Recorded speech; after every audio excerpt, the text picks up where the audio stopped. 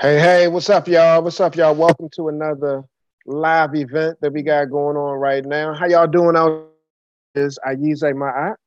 What's your name, bro? And I am Aiyana Ma'at. Aiyana Ma'at. And we getting ready to go live. We not on all the platforms, my dear. Basically, I guess it all started with Yeah, we not. So now we on most of the platforms.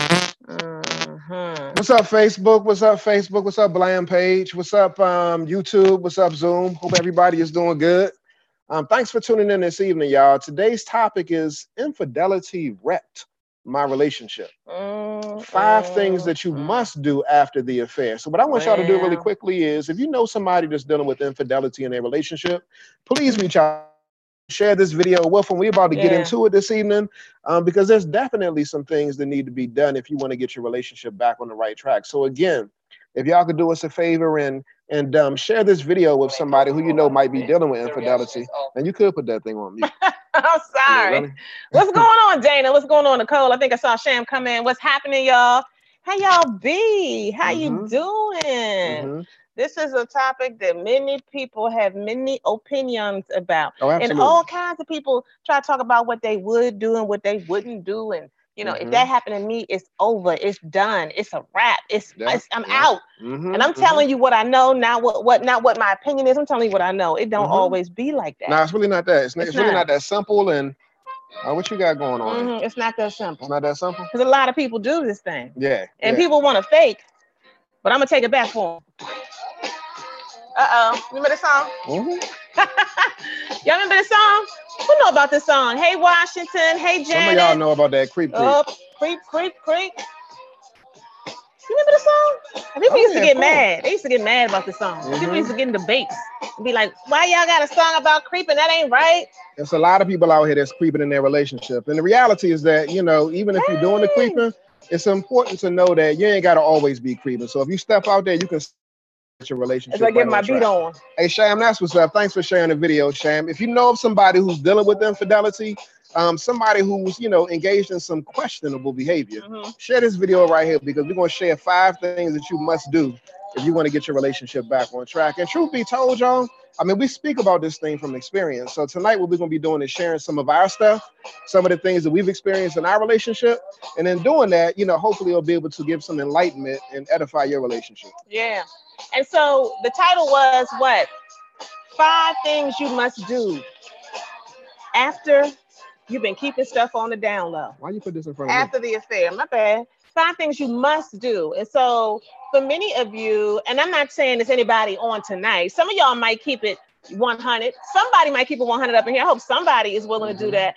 So, you know, if you're willing to do that, go ahead and do it. But for many people, you know, once they get to the place of acknowledging and admitting, you know what I'm saying? Like I was out there in them streets. You know what? I hooked up with old girl from back in the day. You know what? We messed up and we got together on Facebook, and then, you know, we went somewhere else and we did. Once they do that, they think it's over. They say you grooving, bro. You know, I am grooving. What is this fly here? You know, we think we've done something because of that. But let me tell you something. That ain't nothing but the beginning. Anybody been cheated on in here? Gonna tell us? What's up, Chris Adams? What's going on, Felicia? I need to know where you are watching us from this evening. Tell us where you're watching us from. And if you've been cheated on, ever. They're gonna make it real easy. Ever. We ain't talking about your current relationship. We just talking about ever. Ever in your life. Ever been cheated on in your life? Raise your hand. I'm gonna raise my hand. I'm gonna raise my hand. Have you been a cheater? Huh? Have you been a cheater, or were you the one that got cheated on? Which one was it? I'm gonna do the crocodile hand raise on this one. What, on which one? You know, on being a cheater. Hold on, let's turn the music all the way down. Let's get quiet. Shh, everybody. See, have you ever been a cheater? I'm gonna do the crocodile hand. Raise your hand high. So look, y'all. The reason that we talk about this thing, and you know, I'm gonna bring it back a little bit, cause I like this beat. I'm about to be done, y'all. Okay, Janine, you kept it real. Sham said both. Okay. All right. Felicia said she's been cheated on. Yeah. All right.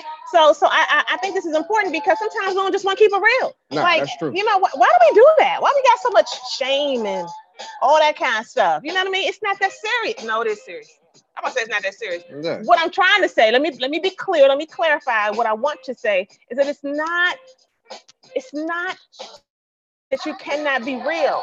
Well, I don't understand why people have this thing about issues that we can't tell the truth about it because we think that we're going to be seen in a certain light. We think that people are not going to be down for us. They're going to think that, we just a bad person, all these kind of things because we want to maintain a certain image. And I'm telling you right now that if you've been cheated on or if you are the cheater, the first step is honesty and to be real about the situation, to be real about how you feel, to be real about what you've done. When you can do that, then can't nobody hold nothing over your head. Nah. They might try, but you done already owned it. You done already stepped into it. It's embarrassing because you blame yourself. You blame yourself for the situation. Some people do. Some people still be playing games. Yeah, I mean, that's true. So I definitely get that and understand that. Hey, before we get started, y'all, we want to let y'all know that that was yesterday, right? We had a phenomenal relationship roundtable. If anybody who's on this live stream right here participated, just give us a shout out. We shouting you out. We saying, what's up? Thanks for coming through. But we're doing it again this upcoming Wednesday. Well, what is it? First of all, let's just talk about what we did.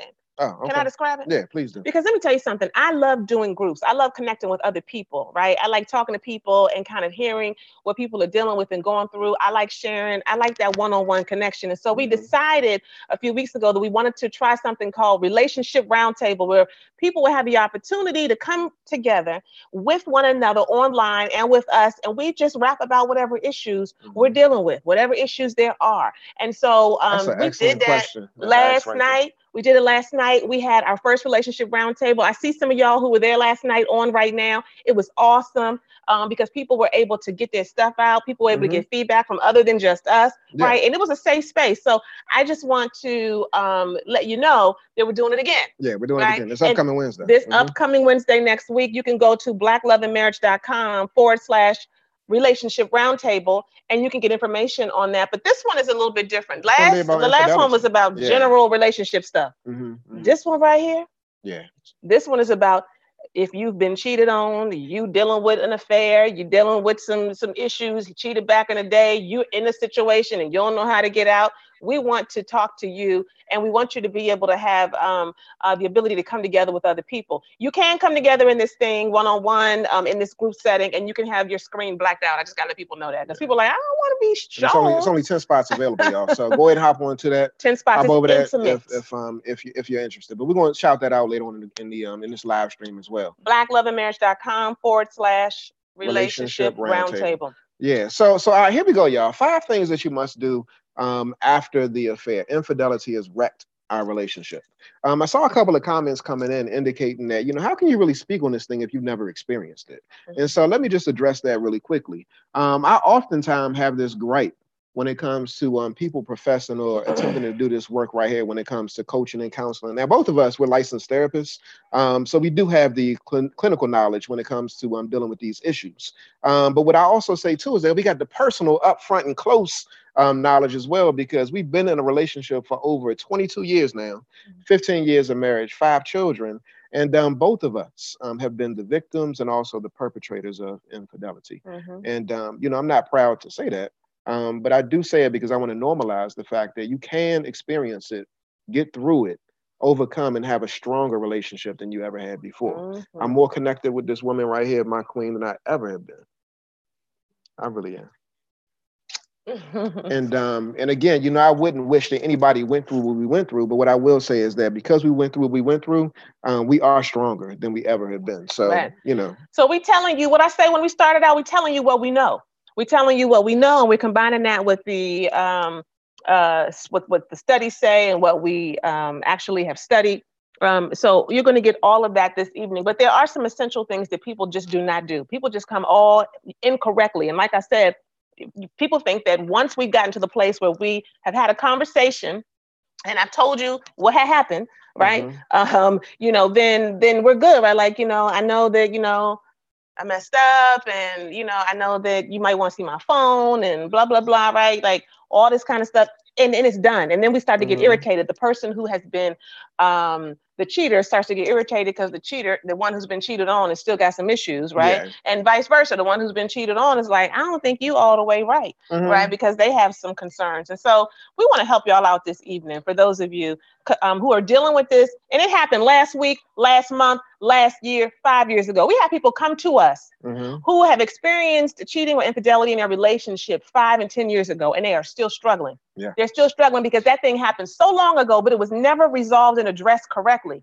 Anytime a breach or a betrayal happens in your relationship of any kind, you have to repair it correctly. And if you do not repair it correctly, then just like a scab or just like a wound on the body, it will have some funky healing that goes on. Time will start to pass and things will start to fade, right? But at the end of the day, now you got a limp. Your relationship got a limp because you didn't go to the doctor and do it the right way. So we're telling you that there are some essential things that you have to do, that you must do. It is not a choice. It is not an option. If you want for your relationship to go to the next level, anytime there's been a betrayal. I do want to say this as well. We're talking about infidelity this evening, and we're talking about cheating, but I want you to be able to think about all kinds of betrayal, because you can transfer some of this, right, to other kinds of betrayal. There's financial betrayal, right? You know, there's betrayal in terms of my confidence, you know, you're not having my back, not being able to trust you, because you, you know, going out there and being with everybody, not in an intimate way, but, you know, maybe your family or other people, right? There's all kinds of betrayal. When it comes to your parents, in-laws, and that type of thing, even when it comes to your children. I mean, sometimes we side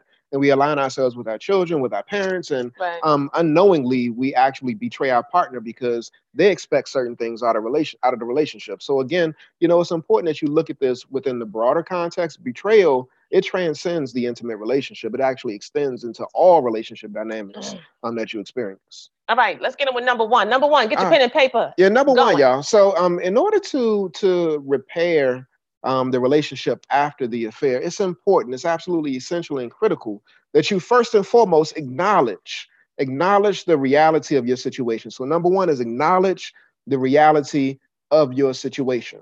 I got a lot of people that we work with, and both men and women, who have expressed to us that they actually don't understand the magnitude and the significance of what it is that they've experienced or what it is that they've done in the relationship. And so they say they try to minimize what they've done. And as a result, what it does is it further pushes their partner away.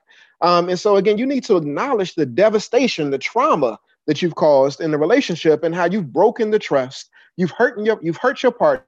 You betrayed your partner, and essentially you stuck a wound and you stabbed your partner in a relationship, of course, figuratively, based off of your actions. So again, acknowledge the damage that you've done. Don't sweep that thing under the rug. You don't want to minimize it because it makes that person disrespecting them. You're disrespecting the relationship. And as a result, they have no interest in investing in trying to repair the relationship. So again, acknowledge what you've done in the relationship. Another thing that I think that it's important that you do. What's up, man? I'm sorry, y'all. I know y'all watching, y'all getting some good stuff. One of our platforms just, it's kind of messing up. Should I start again? Or? No. Okay, go ahead. It's trying to reconnect. Yeah. So something else that I want y'all to consider is that you've actually violated the safety of your family structure. Anytime you decide, you make the decision to stick your dick in somebody else, or spread your legs and allow and invite somebody else into your body, you're actually violating the safety and the structure of your relationship. And so what I mean by that is you're putting your family in jeopardy. You're putting your family in jeopardy. So it's a dangerous situation when you make the decision to consciously go out there. And sometimes people try to say that I didn't know, I was drunk, I was tipsy, and I fell into a situation right here. But again, the reality is that if you put yourself in a space where you're doing something and you're compromising the safety of your relationship, you're violating that family structure. So I just want to repeat that because I know that my live stream kind of messed up, y'all. So I know some people fell off, but as you come back on, what we're talking about is you violating your family structure. Anytime that happens, it's not just between you and the person that you violated, your partner. It's your family structure. It's your whole foundation. Yeah, you violate the safety of your family structure. The first thing that I said was that you actually cause trauma in a relationship because there's broken trust, there's hurt that's caused based on your actions. Another thing to possibly consider when it comes to acknowledging the reality of a situation is that there may be some addiction going on. There may be some addiction that's going on, that's present in a relationship. And so I think that it's important that you work with whatever's going on within you and take into account that if you don't deal with what's going on within you, then the reality is that it's going to keep on going on in the relationship. And so again, what you need to do is acknowledge the possibility of addiction, the fact that you violated the safety of the family structure. And then in addition to that, you caused trauma and broken trust in a relationship. So keep those three things in mind when it comes to this whole acknowledgement piece. How many of you all out there have had difficulty dealing with a partner who really wasn't willing to acknowledge the situation? Just raise your hand. Let us know if you're dealing with somebody right now who's really not willing to cop to the fact that they've been unfaithful. Somebody who really won't acknowledge the full truth of the situation. Let us know, because I know that, I mean, based off of the number of couples that we work with, we know that there's some people out here who are playing games and aren't really trying to acknowledge and own the fact that in their relationship, their partner is not being 100% truthful. It's not being 100% honest. It's not owning their stuff. So the reality of the situation, and until you do that, you're not going to be able to fix it, y'all. You're not going to be able to fix it. You're going to keep going, but I'm trying to fix this. What are you trying to fix? I'm getting us back on. Go ahead, babe. So the second A, y'all, the second A is to apologize. After you acknowledge the situation, the second thing that you got to do is apologize. And I see some people in here talking about, fidelity is not always physical, and infidelity is not always physical. And I 100% agree with that. When it comes to infidelity, it's important that you know that you can have physical infidelity, you can also have emotional infidelity, you can have spiritual infidelity, you can have a whole list of different ways. Financial infidelity, as my wife mentioned a moment ago. And so it's important that you recognize that being unfaithful, betraying your partner in a relationship, it causes damage, and sometimes long-term damage to the relationship. So again, you want to take into account that infidelity, it spans the course of relationship dynamics. But the second thing that you want to do, y'all, is apologize. Apologize is number 2. And for those who are watching it on my wife's page, if you want to jump on over to Blam, the blackloveandmarriage.com. I mean, but your page keep on freezing. Your page is kind of let us know what's going on. I know it kept Giselle, thank you for telling us that it was freezing. So let us know if it continues to have issues. We sorry, y'all. We trying. Go ahead. So I'm saying, some people saying that this is good stuff right here. And I see some people making comments like, my husband ain't taking full responsibility, not taking responsibility in the blame game. Yes, that's the reality. You got to acknowledge the fact that what you've done in a relationship has hurt your partner, has hurt your children, and also it's hurting you as well, because you're not living up to being the best that you can be. Right. So that's number 1 is acknowledge. Number 2 is apologize. You got to make sure that you apologize. And sometimes, y'all, I'm sorry just ain't good enough. No, it isn't. You coming up short when you simply say, I'm sorry. You got to do more than just saying like I'm sorry. You did, like I bumped into you. Yeah, I mean, I remember one time we actually had a sister write in saying that her husband or her man keeps on sending pictures of his penis to other women, and then his response when she called him was, "My bad." No, remember that? I do remember that. He was like, "My bad," and he's sending dick pics to other women, and his response is, "My bad." I mean, really?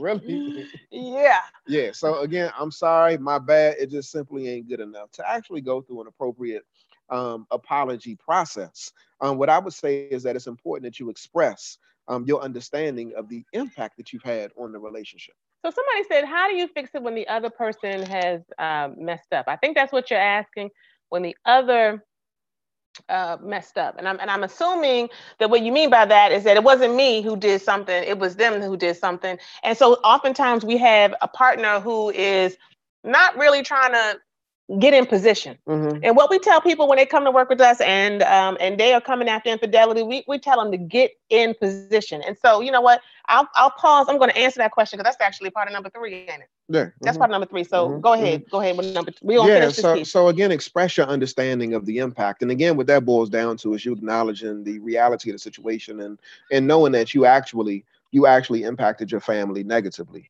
And then also too, I said here, and they said that the best apology is changed behavior. We're actually going to get to that later on, but in addition to apologizing and expressing your understanding of the impact, it's important that you share your plan to improve you. Hold on, let's say that. Share your plan to improve you. The person who has cheated needs to share the plan to improve themselves and improve the relationship. Absolutely. Yeah. Absolutely. Yeah. And oftentimes, people don't know what to do. They already have so much shame about what has happened, or they are really in denial. They kind of, minimizing it, right? They're dealing with all kinds of emotions that it's really hard for them oftentimes to know, what is it that I'm supposed to do? So what I will say is that if you have been cheated on, you do play a big part of the role of helping your partner to understand what the new parameters are. What we tell people all the time is that anytime there has been a fracture to the relationship, now we've got to stabilize the relationship. relationship. We can't start moving to the next level and trying to heal and, going to the next level if we're not stable. So it's kind of like, I've been using analogies that I don't know nothing about, but I'm gonna try anyway. Like if you're getting a cast on, since I'm a doctor and I know all about that. Yeah, where you going with this one? They have to stabilize that bone first, right? They gotta, put something around it and kind of put your leg up on the table and hold it still. We got to get stable on steady, solid ground first. And the way that we do that is that we put some supports in place to get stable so that we can then begin to move this this limb to the next level of healing. So what does that mean? That means that now, we've got to operate in a different way. Perhaps I need to have all of your passwords.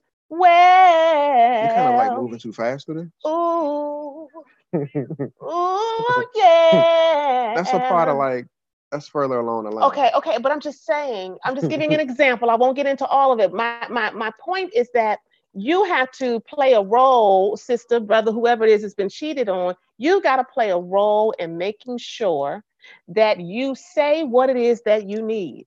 I need some things to happen a particular kind of way. And this is what it looks like. When you don't do that and you just put it on the other person, then you participate in the funkiness of your relationship now because you're kind of just, sitting back and saying like, well, you need to figure it out. No, they can't figure it out completely unto themselves because every relationship is different.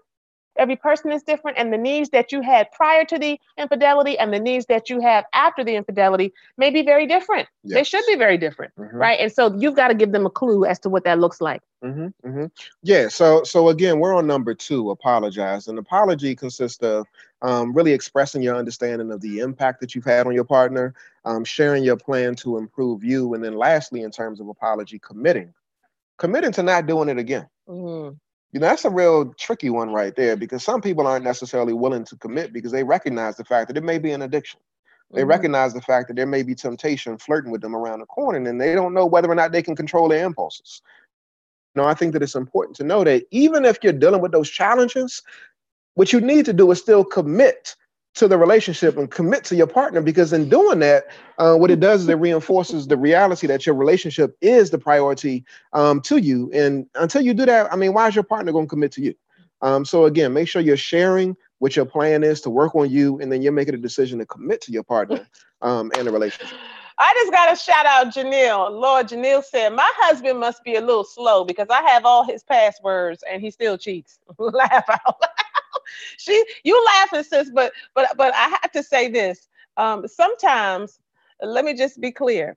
Sometimes we stay in situations. Well, hold on. Let me back it up even further. What we started out saying this evening is that a lot of times people try to make cheating very simple. Oh, they did that. Oh, they rolling that way. I don't have time for that. I'm not going to be disrespected. I'm out. I'm done. But when you put years and year after year after year into a relationship, when you have invested your time, your energy, your love, your attention, when you have children, when you have shared bills and you have a home and you have all of this stuff and you love this person, it is not that simple. And I would say, I often encourage people to not make it that simple. When somebody is in that place, I tell people all the time, don't make any rash decisions.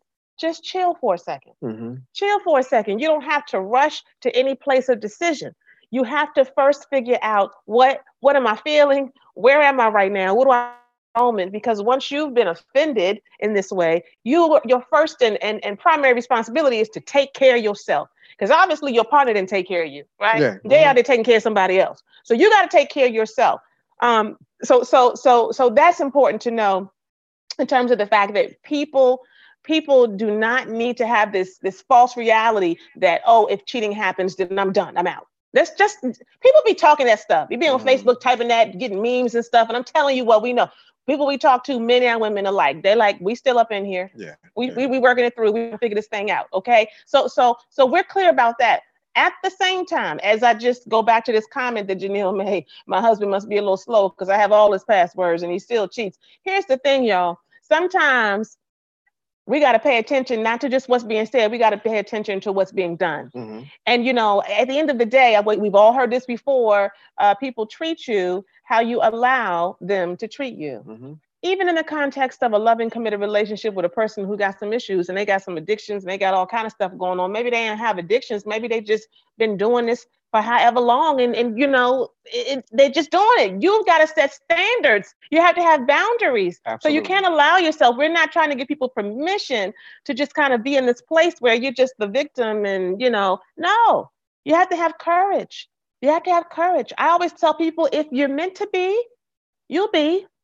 If they're supposed to be with you and you're supposed to be with them, you'll come back together. Mm-hmm. But you are not to sit around and stick around to be misused, abused, and all kind of stuff, and people just continuing to do what they want out here in these streets. Where they do that at? Mm-hmm. In your house? So why do you think anything is going to change if you don't set any standards? Mm-hmm. Why would anybody do that? So we've got to be balanced in how we look at this thing. And I think one reality that needs to be considered is that, you know, sometimes people oftentimes say that if it wasn't, I was about to tell you anyway. You know, I got caught, but I was about to tell you. I was about to stop. It was winding down. I was trying to end the relationship, and you know, you found out, but it was already on its way out. Now, let me just make this thing real perfectly clear in saying that when it comes to infidelity, for the person who says that it was about to end, you know, this relationship was about to be over.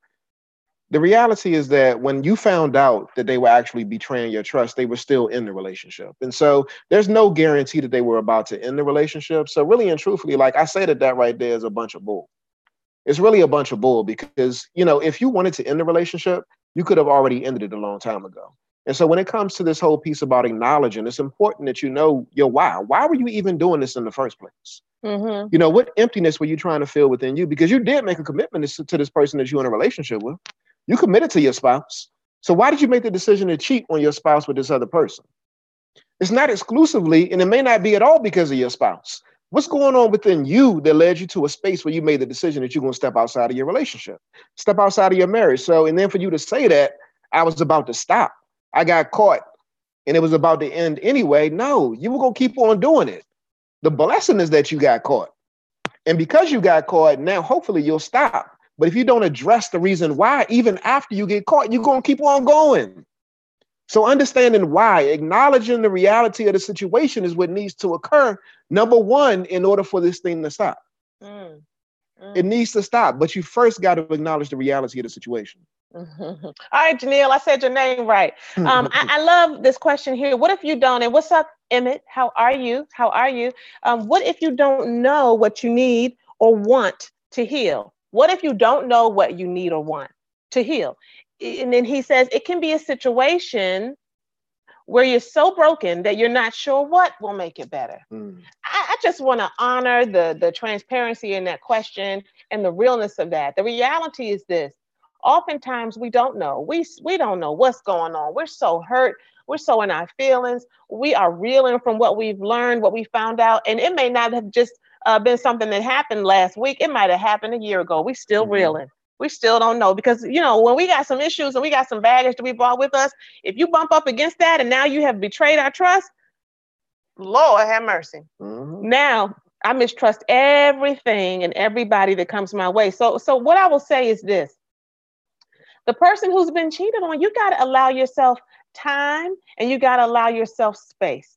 And I tell people all the time, a lot of times what people will do when they have been in this situation, they'll kind of retreat. They kind of go within and they don't put a lot of boundaries in place for their partner. So they just kind of go within. The partner is like, you know, my bad, and I'm so sorry, and I love you, what have you. But, you know, they're still kind of hanging out and not checking in with you. Right. And they're still doing some things that make you feel uncomfortable. And, you know, you're not speaking up and sharing your voice because you're just you just retreated and you're just watching them with a side eye. And I challenge people all the time. You better make up a goddamn rule. Well, you better put a parameter in place. You understand? He has violated your trust. I don't care who it is. I don't care who it is. Then in the relationship with me, I'm coming a different way. You can't come at me the same way you came at me yesterday before you did. You can't have access to me in the same way. You cannot get with me in the same way. You can't lay with me in the same way. You can't talk to me in the same way. And if we don't know how to do that because we're just so broken and we're confused and we feel insecure and all of that, that's real, but make something up. If you've got to get into counseling or coaching or have a process, hey, we right here for you, right? So that we can help you. But what we say all the time is this: you have to have standards and you have to have parameters of relationship, cheating or not. So if you didn't have any before, that's already an indicator that, y'all were already a little flimsy to begin with. And so you've got to insert some in there. You might change it as time goes on, but you need to put something in. You need to be in the house by this time. Yeah, I'm gonna need you not to be out like that. You need to hit me up. You need to call me, right? And people don't want to feel like that, and especially when our partner pushes back and says, I'm not a little boy. Yeah. I'm not a little girl.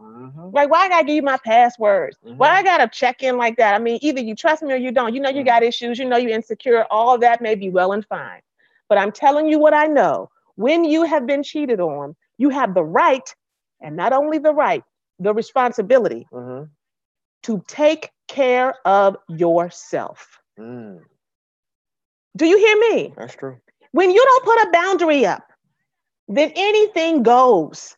And healthy people, emotionally healthy people, put boundaries up in their lives, in their relationship with other people, all people. I don't care if it's my boss. I don't care if it's my husband. I don't care if it's my children, my mother. I'm a grown-ass woman. There's a certain way you're going to come at me and with me, period. And so you have to be able to do that, no matter who it is. I love you, but there's a boundary here. I don't roll like that. You know what I'm saying? So you're going to have to figure out. So that's my answer to you. And I get real passionate about that because, if you don't have your back, if you're not down for you, who else is going to have your back? Sometimes people don't have your back. Your partner doesn't have your back because they don't know how to. They never seen father was doing the same thing to their mother. Their mother was out in the streets doing the same thing to their father, right? So if they've never seen it, they don't know. It's not even personal. It's like, how can it not be personal? But they're just operating out of what they've been exposed to. You have the opportunity to teach them and model for them as you take care of yourself. Right. This is how it goes. I love you, and I know you love me, and I may not be able to be out right now, but we're going to do things a little bit differently. And if you can't do it, then, then do what you got to do, right? And things will fall the way they need to fall. Oftentimes, and I'm going to say this and be done, oftentimes we don't do it because we are scared to take the risk. We're scared of what they're going to do. We're scared that they're going to say, I'm not doing that, right? They're going to roll out or they're going to check out. You know what? Either you love yourself and you're willing to get your back, or you're not. That's the truth right there. I mean really, that's the it's truth. It's just that simple. That's the truth, and that actually leads us to number 3. Number 3 is accept the consequences. And what my wife was just speaking about, we actually applied this in our relationship. Yes, we did. Yeah. And so back in the day. This is before we were even married, y'all. No, this was after we got married. Oh, I want to talk about when before we got married. No, let's talk about after we got married. Y'all said, "Dag, what?" Yeah, let's talk about. Y'all got all kind of stuff. Yeah, we do. We got history. We got history, y'all. Years, but yeah, so after we got married, no, it was before we got. I don't know when it was, but you don't know what you're talking about. I don't know, but I think it was actually before. I'm talking about going to your parents' house. That's exactly what I'm talking about. So let's before we was go ahead and married. break this thing down, y'all. So because I was going away to your parents' house let me tell the story. We ain't even married yet. You making me do this. Let me tell the story. So the missus and I, we were boyfriend girlfriend. High school sweethearts, went to 2 separate colleges. We was going together. And 2 separate, you was my boo thing, and you check yes on the piece of paper and all of that type of stuff. Ain't want no piece of paper. Well, because I match you. So check this out, y'all. So my wife or my girlfriend at the time, she had some issues, and issues really revolving around abandonment and pushing me away, and me coming close in a relationship, and her doing things intentionally or maybe even subconsciously or unconsciously to push me away. And one of the things that would be done is her cheating on me, which really impacted me negatively and really hurt me. And it got to a point where I was like, yo, what the fuck? I put myself in a situation. So this right here is for anybody who finds themselves in a relationship and they feel like they've been abused emotionally because their partner has cheated on them over and over and over again. Somebody who feels as though like they love their partner and they believe that their partner loves them, but their partner keeps on messing up, keeps on acting up, keeps on not doing right, even though they profess and they shout from the mountaintops like I love you, but they keep on jacking this whole thing up. So, my wife, who was my girlfriend at the time, she was that person. And this was the final straw, y'all. I was hurt. I was broken. I was like, yo, if you really want to be in this relationship with me, if you really want to be connected and committed with me, if you really want to live by your word and you want to honor the word that you've actually given to me, and you're trying to make this relationship work, what I need you to do is to go to my parents prior to us even being married and apologize for what you've done. Can I ask you a question? I never asked you this before. Mm-hmm. What was the motivation for that in terms of like pulling your parents in and being like, because you know your parents didn't know anything about anything, right? Yeah, and you were like, go to my peeps, and I was like, no, on the inside, but I did go. But tell me what was your thought process? You know, I'm not going to jump down to number 4, y'all, but you know what I will say is that number 4 is to be accountable. But say that thing again. Number 4 is to be accountable. But I'm not at number 4 yet. I'm not at number 4 yet. But you asked me that question, and so the reason why I wanted you to do that is because my orientation was and still is one that came from an African-centered perspective, where it wasn't just about you and I; it was about the family. So I knew in the deepest part of my being that this is the woman that I wanted to be with. I knew that her actions didn't just impact me, but it impacted the collective. It impacted the whole. So it wasn't just a damage or an infliction upon me. It was an infliction upon the family, even though we hadn't formally committed yet. And so again, I made the decision, and I felt like if you want to be in this relationship, we need to up our game. You need to step it up. And if you're going to do something to hurt me, it's your responsibility not just to apologize to me, but to apologize to my family, because my family is going to be impacted because you're going to be a part of this family too. Well. And so the accountability extended beyond me. It included my family. So that's the reason why I brought them in. Break that thing down. You did. Yeah. You did that. And I just want to say this for those who may be watching and, you know, somebody said, but did his mom hate you? Did his mom hate me? You know what? No, I don't think so. Did she say something to you at the time? No, I mean, first of all, they supported you. They are just like lovely people, you know. And she didn't give me that energy. Oh, that's Yvette. Hey, girl. She didn't give me that energy. They listened and they were like, okay. And you know, I remember sitting on that couch in his family room in his parents' house, and I mean, the whole way there, I was like, oh my God, I can't believe, because he wasn't around. I didn't go with him. I had to go over there. I went over there by myself. I called them up. I want to have a conversation with y'all. I went over there, sat down with them. I was just like, and I have to say this is the part that I really want y'all to hear.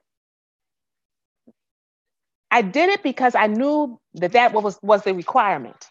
And I valued him in what we had and what I wanted us to continue to have enough to do what he asked me to do. So whether you are on the side of being the cheater or being cheated on, let me just help you understand. I didn't think like, oh, this is great. You know, this is a way for me to make amends. No. Today, many years later, I wasn't like, you know, I'm not now like, yeah, that was just so important. I still be like, really though? Today. For real. I mean, I'm just being honest. But that don't matter. Someone should understand that you're not going to always feel everything that your partner asks you to do. And that your partner is not going to really be resonating with everything you ask of them. Yeah. But when they love you and value you, and when you put boundaries in place and parameters and requirements in place, people will meet them if they are serious about going to the next level. So I met him. I met it because I was like, you know what? That's my man right there. And I said, I got some issues.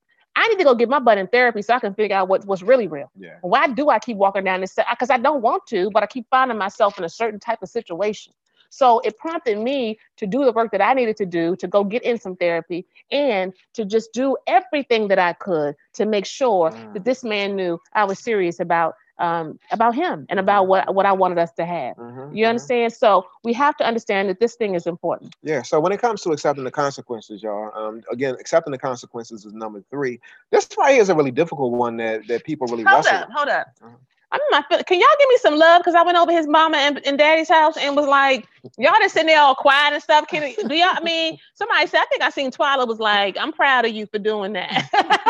Give me some love. Can y'all give me some energy or something? Because that was hard. You understand? That was why some of y'all like, that's all right. You needed to do it because you did. But okay, thank you. Because I'm just saying, I'm just keeping it 100 up in here. talking about my missteps in my relationship. Thank y'all. And if this is of value, y'all, please share it on your timeline so that other people can hop on and join and get some of this good information. All right, so number 3, y'all, again, Wait a minute. Kelly, hey Kelly, that's Kelly. Kelly said, "I'm proud of you. Thank you." That's my big cousin right there, Kelly. So I want to say this really quickly because some of you all are listening and some of you all are right in this situation right now, right? And so you're feeling it very, very thickly. I don't even know if that's a word, but you're feeling it. It's going to be a word tonight. It's going to be a word tonight. I just want to encourage you. Again, on last week, we had our first relationship roundtable. That's a very intimate group, no more than 10 people. We come together online. You can black out your screen so that you will not be seen if you need to. And we talk about whatever the issues are. But most people didn't. Most people didn't. Most people didn't. But only one person. One person did. But if you want to, you can, because some people don't want to have their face all up in the mix, right? Mm-hmm. And so you can get feedback on your particular situation from the group and from us. And you also give feedback to other people. It's it's wonderful. Go to blackloveandmarriage.com/relationship roundtable. And this week, next week, we'll be focusing on after the affair, infidelity and cheating. All right. So if that's you, next Wednesday, come together with some folks who are dealing with what you're dealing with. All right. So number 3, y'all, again, accepting the consequences. So one important thing that we ain't already been on this for forever. I mean, we didn't actually cover the points that I wanted to cover. Oh, my bad. We had to tell a story about. We told a long ass story about that thing. Okay. I feel like we done covered that. So when it comes to accepting the consequences, one difficult piece that people have challenges with is answering whatever questions are asked. I'll be right back. Answering whatever questions are asked. This right here is a really challenging one, and the reason why I say that is because people don't why you need to know. You don't want to know. Yeah. But again, if the person is asking you, if they're asking you what you did, why you did it, when you did it, where you did it, what that's doing is it's actually providing some emotional comfort for them. It's providing some sense of awareness and understanding, a comprehensive understanding of what's going on or what happened.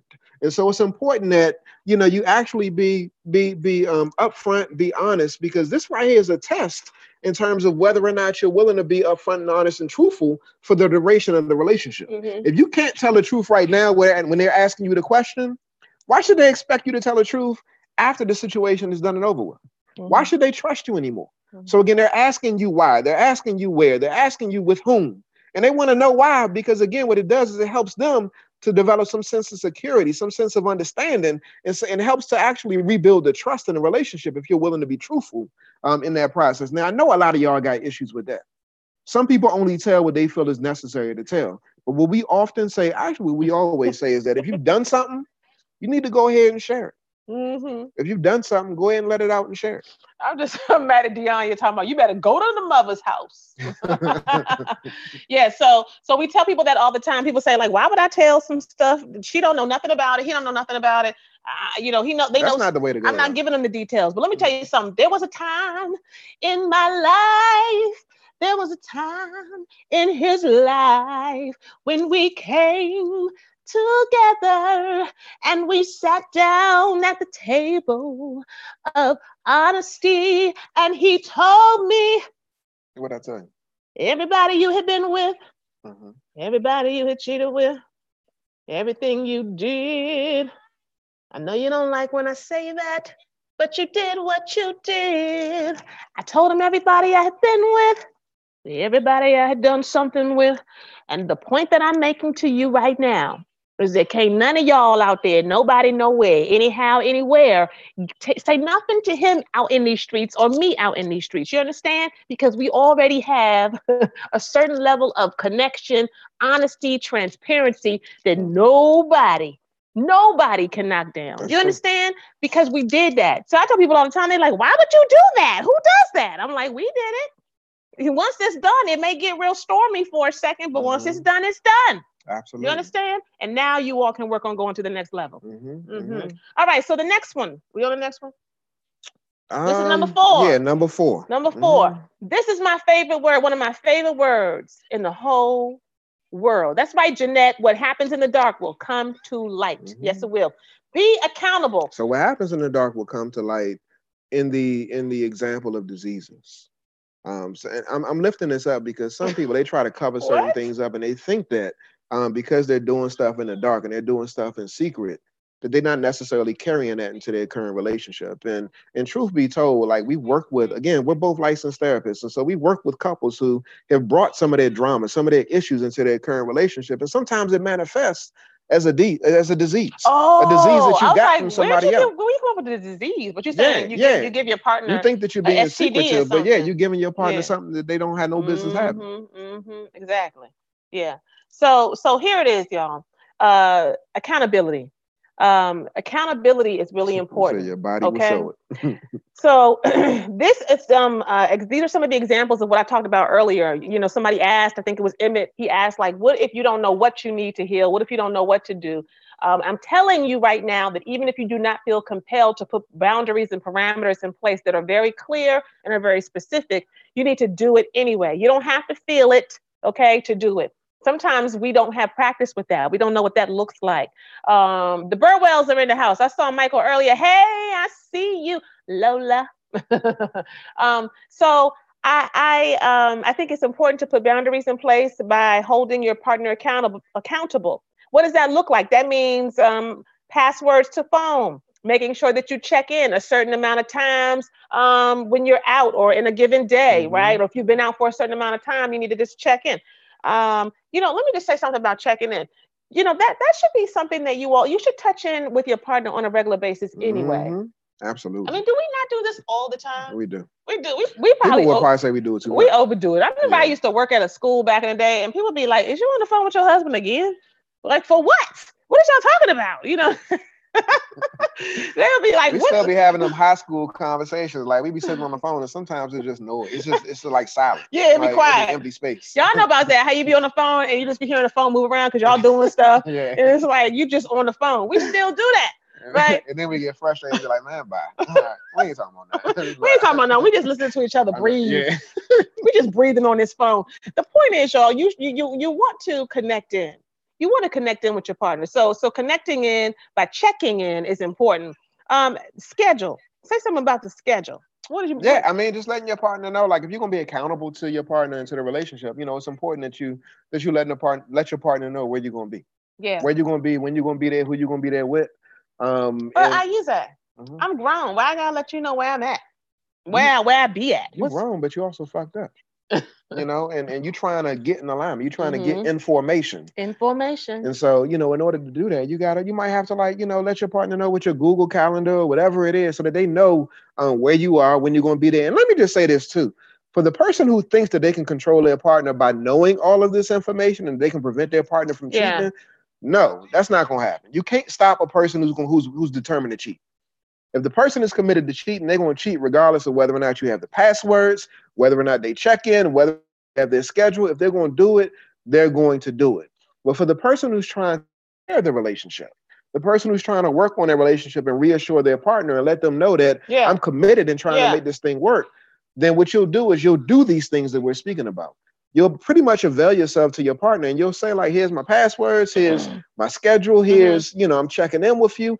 I'm being accountable to you. I'm letting you know where I am, what I'm doing, who I'm doing it with, so that we can actually restore the trust in the relationship. Yes, and I think somebody said this. One of y'all commented and said, you know, there has to be accountability to self. When a person is really in the right place, then they want to be accountable for themselves. So in order for them to be accountable to you, they need to be accountable to themselves, and that means that they shouldn't have any problem sharing with you what you ask of them. I saw your question, Pia. She says some feel that that's a form of insecurity. What are your thoughts? And we get that all the time, especially when we're working with couples and they say, oh, you know, insecure. And then don't let the person really have struggled with insecurity already, right? Then they really going to try to play that on you. Oh, you know, you insecure, right? And you're like, I was. I do have that issue.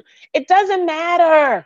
Listen to me. It doesn't matter. This is about one thing and one thing only. When a fracture has happened in the relationship, the only way that healing can happen is if you stabilize the relationship. The only way you can stabilize it when trust is no longer there is to put some predictable things in place, some parameters in place, so that you know what to look for. Because I don't trust you, man. You understand? It's not insecurity. You was out there with so-and-so. So if you were out there, I do not trust you. Nah, and so I need some things to be able to look at that give me an indication that you were on your game, that when you say you are where you say you are, that I can look at something and see that that's actually so. That I have a sense of what that is, because I'm not just going off of what you tell me, because your word is not your bond. We already know that. And you are in a privileged place to even still be here talking to me. So give me that information. Do you understand? You know, give me that information. And if they're not with that, then that's already information for you, my sister. That's information for you, my brother, that this person is not really about their game. You can't still be resistant and trying to like, I need to have my own. No, eventually, just for those of you who are wondering this, the relationship will get back into a place where trust has been established and you will not feel the need for those things. Okay? You will not feel the need for those things, but that is a process that you have to get to. And so just make it plain. I need to know this stuff. I don't trust you. You understand? And you ain't on no timeline to get the trust back. You'll get the trust back when you feel that you trust. You're not on a timeline. Okay? You are leading the process. The person who has been offended and who has been cheated on, right? And you are not on their time schedule to hurry up and get over it. And I know people can make you feel that way, but that is not appropriate. That is not okay. That is not healthy. That is out of order. That is out of order. So it is. I mean, it amazes me, like when we work with couples. It's crazy. And you know, shout out, and this isn't attributed to this couple right here, but I just want to say shout out to. Well, then don't say nobody's name after you talk about infidelity, and you might say some people's name. Don't do that. Yeah. But yeah, so it's important that y'all really internalize that, because again, you know, people try to rush and push people into a place of healing when, again, they got to move at their own pace. You have to move at their own pace. And if you've been the one who's caused the breach, then you got to be patient with that process and get information, as we said a moment ago, and do what you need to do to make sure that the person feels that they can trust you. If you're not doing your part, you know, how wrong is it for you to expect the other person to hurry up and heal? You're like saying, hurry up and heal. You know, I stabbed you, now hurry up and heal. I mean, come on now. Come on, it's unrealistic, it's unfair. And again, your position that you need to be taking is that you're in a position of deference. You're making sure you're supporting your partner as they try to to heal, and you're doing what you need to do to make sure that you're doing your part. Okay, so I just love your transparency, Felicia. He cheated with a coworker. I want him to quit his job. All I'm gonna say is this: if you was on your job and you cheated with a coworker, what you think is gonna happen? And you working around this coworker, what you think I'm gonna ask you to do? Leave. Say what? Either leave or switch to another department. But yeah, you can't be around that person. I want him to quit his job. That is absolutely. But let's make it even more. That's difficult, reasonable. That is reasonable. It's definitely reasonable. But let's just say this. Let's say that this person or the position that you have or the job that you have, and you're the sole breadwinner. Say it one more time. Let's say you're the sole breadwinner. No, what's the whole sentence you said? I said, let's make it, you know, a little bit more realistic. Let's say you're the sole breadwinner. Okay. And, you know, you cheated with a coworker. Gary. Hi, Gary. Yeah, that's the person I was going to shout out. Gary and Natalie. Okay, go ahead. So in a situation like that, again, there needs to be specific boundaries and parameters put in place. And we understand the difficulty of, you know, I mean, you got to maintain and support your family. Well, y'all putting some mad faces out there. Y'all mad about because this is real life stuff here. People like, you want me to leave my job? This is real life stuff. Comment on that. Y'all think that's too much? Yeah, it's real life stuff where, you know, you're the sole breadwinner. You're the one who's primarily responsible for actually, you know, bringing the food into the house, you know, providing for the bills and all of that type of stuff. And so you cheated with somebody at the place of work. And so what's the expectation? Again, what we would say is that boundaries, establishing boundaries are first and foremost a priority. And unless you do that, again, the likelihood of you cheating again is extremely high. So, you know, make sure you put those boundaries in place. And if you can start to look for another place of employment, do that. I mean, if the relationship is a priority. If you can. Yeah, you can. Okay, Felicia, he can. Okay. You know, my thing is this. At the end of the day, you know, let's just make this thing real. when we look at what's important and valuable in our lives, there's many things that we need to function in our life. And not so easy to replace. Yeah, I got that. Your partner not that easy to replace either. Yeah, but that's really what it is. I feel you on some jobs are not easy to replace, but at the end of the day, you've got your family, right? We get ready to get into the holiday season, y'all. How many of y'all love the holiday season? I love the holiday season. My husband be like, what you doing with my money? but I love. Why are you looking like that? He look like he just went to a place. Yeah. But I love, the holiday season, Thanksgiving and Christmas. I love my family, right? I love to be able to entertain and to host people. I love being able to connect with people. So at the end of the day, you got to be able to focus in and really, really be able to have a sense of understanding about what your values are. And I do this all the time. I'm like, you know what? Sometimes, I get confused and I get flustered and overwhelmed because there's so many competing priorities. Yeah, you want a good job and you have good income, right? Yeah, you want to be able to do this and do that. But if you have cheated at work and you value your relationship, you value your family, then you've got to be able to see the bigger picture. You do. You understand? So I don't think that's unreasonable. And at the end of the day, you want peace of mind. Like, so many of us just we strive for that, but you got to be able to do that. And so I think that's reasonable. Ain't nothing unreasonable about it. Is your relationship a priority? Isn't that? Bottom line, because you can lose that thing and be at that job. And I'm telling you one thing I know, that job ain't gonna get in the bed with you at night. That job ain't gonna sit on top of you at night. Well, that job ain't gonna make no food. But it might bring in the food. It might bring in them some money, right? But you can get another job. But there's some things that your partner does, and there's some value to your partner, right? In terms of what you all are creating and what you're building that no job can ever, ever, ever replace. So be clear about that. All right. So number 5, y'all. So we've gone through 4 already. The first one was acknowledge the reality of your situation. Number 2 was apologize. Not know I'm sorry, not know I'm bad, but really apologize. And make sure you share your plan to improve yourself. Yeah. And then number 3, accept the consequences for your actions. Whatever they say, you got to deal with it. Answer whatever questions that they have. Do whatever you need to do to get information. Number 4, be accountable. And number 5, y'all, take action. Take action. Apologies without action ain't worth nothing.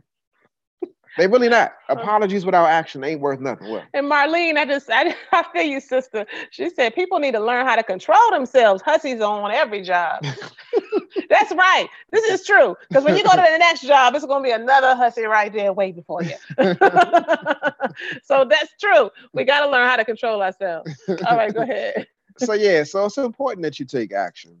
And when we say take action, what we're talking about is developing different habits. Sometimes you might be having a conversation with a coworker for too long. Just spending a little bit too much time on your lunch break with this one particular person. So start to develop some new habits so that you don't find yourself in a predicament where you're trying to fight off the affair. Yeah. And so one of the things that's really important is that as you're developing these new and different habits, that you're communicating it to your partner, that you're showing them what it is that you're doing. You're saying this stuff, right? They may not give you a bunch of energy because they already still side-eyeing you like, okay, that's cool. Don't worry about that. You just have to continue to push forward. You just have to continue to show up doing what you're supposed to do. And I'm telling you what I know. When you're doing what you're supposed to do, not just because you're trying to get them on your side again, because you want to win their heart back, because you want y'all to be back in the same place, but you're doing it because you want to be different. Because you want to show up a little bit differently for yourself, because you want to gain some new ways of being. Like, I don't want to be that person anyway, right? You're doing it for yourself. Then they know that it comes through. It comes through when it's fake. It comes through when it ain't real, when it's not authentic, and it comes through when it is real and when you are really being changed on the inside. So you need to understand that all of that energy will come through to people. Definitely. All right. Therapy. Yeah. Therapy is good, y'all. I've been in therapy, y'all. I started in therapy when I was 15 years old. Okay, so I'm an advocate of therapy. Obviously, I am a therapist. My husband is a therapist. My mother is a therapist. I know all kinds of therapists. And like I said, I started when I was 15. And so I say to people all the time, sometimes you need a little help. And I always get on my little step stool when I'm talking to Black folks primarily and say, you know, we get a little bit too much in our stuff. Like we can't do no therapy. I'm just gonna go to Jesus and take it to the Lord. No.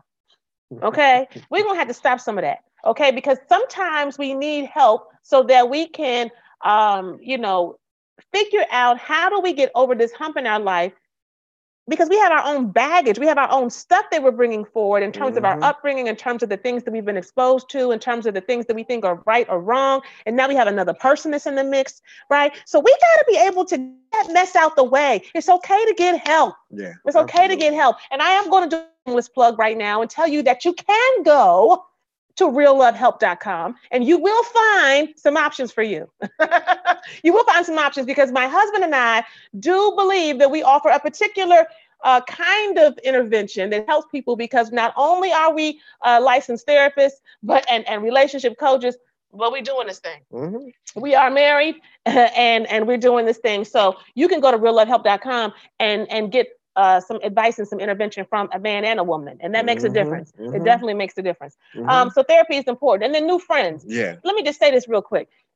Friends. What is it? How many of us have them? Friends. I don't know the words. Okay. Houdini. Y'all remember Houdini, y'all? Y'all remember Houdini? Okay, Yvette, you know, girl. Houdini. Friends.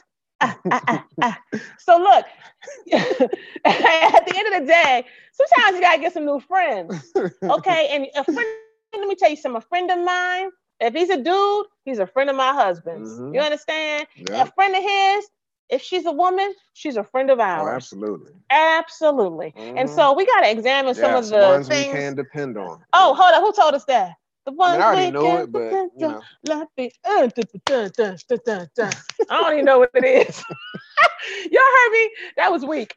So what we're getting into, though, is again looking at our habits, right? We're developing different habits. We're being open to therapy or to intervention. Sometimes we want to go to some folks in our circles, some folks who have been married for a long time. Reevaluate your circle. Right? That's what Yvette said. Reevaluate your circle, Yvette. That's right. Okay, so you got to look at that, and you can't be in a place where you have now cheated and you're like, well, I don't understand why I can't, you know, hang with this person no more. I've known them since college and we were together since da-da-da, and we've known each other for a long time. Who cares? Who cares? I mean, that's what I would say. Yeah, because everybody got somebody that's going to go down for whatever. So everybody got a friend that they know that they can call up right now, even though you married, even though you're in a good relationship. I'm just saying. That's down for whatever. Like so anybody, to do with them? No, not to do with them, but if you're trying to say that I'm trying to go out here and holler at Shorty, everybody has a friend that's going to co-sign, that's going to actually be willing to set that thing up. Everybody got somebody that they know that's living a lifestyle that ain't on point. That's not on 1,000. It's not on 100. It's not necessarily in the best interest of the relationship, but what they have is the best interest of you, quote unquote, the best interest of you. So what they're focused on is making you happy, even if making you happy is to the detriment of the relationship. So everybody got somebody like that. But you want to make sure that you surround yourself with people who are actually willing to lift up and elevate the relationship. So even when you might be going down a path where you're trying to make the wrong decision, the decision that's going to negatively impact your relationship or hurt your spouse, you want a friend that's going to say, nah, Slim, you need to get back in line. You need to tighten this thing up. You need to get back in order. You're out of formation. You need to handle your business and make sure that you're honoring your wife. And so again, just because you got somebody, your corner man that's going, you know, that's going to be in your corner, you know, shouting you out and rooting you on. No, you want somebody that's going to hold you down in the right way and let you know that your relationship is the priority. That's what you really want. Yes. I love how Janelle, you said boundaries are self-love. Yes, my sister, boundaries are self-love. Remember that, guys. I mean, I don't know why I don't know why I be on that so much. Yeah. I be on that thing, don't I? Yeah, you do. I do. Why you say it like that? You just do. I do. And here's the thing. You know, he had to put some boundaries in place for me back in the day, you know, so some people might think that I might be a little salty, but I'm not. Boundaries are self-love. So as you're going through this process, or if you have a friend where, you know, asking for my friend, right? It's not you. You have a friend who's dealing with a situation that's similar to this, or you're trying to get over this, that you have to, as the person who has been cheated on, you have to put boundaries in place. There's no healing that's going to occur if there's no stabilization of the relationship. You got to stabilize. We got to put some parameters around it, like a fence around it. You understand? A fence around it to keep it steady. And now that we're keeping it steady, now we can start to talk about how we feel and stuff, because I'm not wondering where you are, what you're doing, or if I can trust you completely and totally. You know, you really can't trust them because they done messed up, but you can look at some indicators that you put in place. I can look at some things, and I can look at your behaviors that I have already established are my expectation. And I can look at that to depend on whether or not you're making the change that you need to be making. We just want to say this to you all. Cheating happens. Life happens. Never ever think that you're beyond it or you're above it. You can fall victim to it, but you absolutely can overcome it. Oh, yeah. Absolutely. We're a testament to that. We are a testament. We are a testament to that. So do not tap out too soon, but do not put down your self-love banner and say, you know, oh, I'm just kind of stuck in this situation, and have no sense of self and no sense of love for yourself, so that you put boundaries in place as you try to move this piece. Again, for those of you who are interested in connecting with us on next week, Wednesday, so that we can have 10 slots available talking about infidelity. If you want to share your story, please go to blackloveandmarriage.com. / relationship roundtable. Again, blackloveandmarriage.com / relationship roundtable. And I want to say this, because I don't want people to know this really, really good. And I like, you know, if y'all ain't noticed, I talk a lot, you know what I mean? We're going to be talking about infidelity. Yeah, we're going to be talking about infidelity and cheating. So anything around infidelity, cheating, affairs, you know, this roundtable would be good for you. So again, go to blackloveandmarriage.com / relationship roundtable. But this is solution focused. Yeah. So in therapy, there are different kinds of groups. There are different kinds of interventions. This is a solution focused group. You can come and you can share your issue, but we are very focused on giving you some action items and some things that you can do differently. And then you can also hear from the group so that you can get some feedback about how you can move. If you just wanted to get some information and like go ahead and dump and talk about all your feelings and then go back and, you know, do the same old, don't even come. Don't even come. You know what I'm saying? Don't even sign up, because we about giving you some real stuff. You understand that you can actually do. Not us. Thank just you, us. Twyla. I see you, Twyla. I'm noticing that a couple of the sisters who participated last night in this week's relationship roundtable are on these live chats right now. I see Tanisha. I saw Cheryl earlier. I saw Miriam earlier. Yeah. And some of them are giving good energy and good comments too. And so what I would say is that it's not just us speaking, it's you all speaking as well. Because it's not it's nothing like hearing another sister or another brother who's going through a similar situation be able to speak life into you and talk about what they may have done to overcome and just deal with getting through another day. Because infidelity is a serious thing, y'all. So again, if you're experiencing infidelity or have experienced infidelity, we encourage you to go to blackloveandmarriage.com / relationship roundtable and sign up. Only 10 slots. And it's going down next Wednesday, 8 to 10. And somebody also asked about our counseling. Go to reallovehelp.com. Yeah, go to reallovehelp.com. And you'll be able to see the different selections there. Okay, guys, this has been real. We look at every single comment. Once we're done, we sit back on the couch. I finish drinking my wine. I look at the comments. We respond to you. And so if there are other... I'm almost done with my drink. I don't know what kind of drink you got. I already know that's just a little much. But we definitely do that. So if you have ideas for future topics, right? And other things that you'd like to see and hear from us, please let us know. Because we be listening, we be watching, we be. Yeah, Kania says she loves the solution-focused approach. Yes, solution-focused. That's right. It's Google it. It's a for real approach. And this is a solution-focused. It's men and women. Yes, men and women. Men and women can come to the next roundtable. So definitely, everyone, make sure that you pay attention to that. Particularly, again, focusing on affairs, cheating, infidelity. If this doesn't touch on what you're looking at, we'll be continuing to do roundtables. If you drop a comment and let us know what you want us to focus on, then we'll make sure that we focus on that in future roundtables, and we'll also keep it general sometimes. We all got relationship issues. But at the end of the day, we can get through them. We can move to the next level. We can if we think we can, and we can't if we think we can't. But we always tell y'all. Don't we tell them something, Boo? Mm-hmm. What we tell them? What we tell them? We tell them to stop playing and start pushing. All right, y'all. Bye.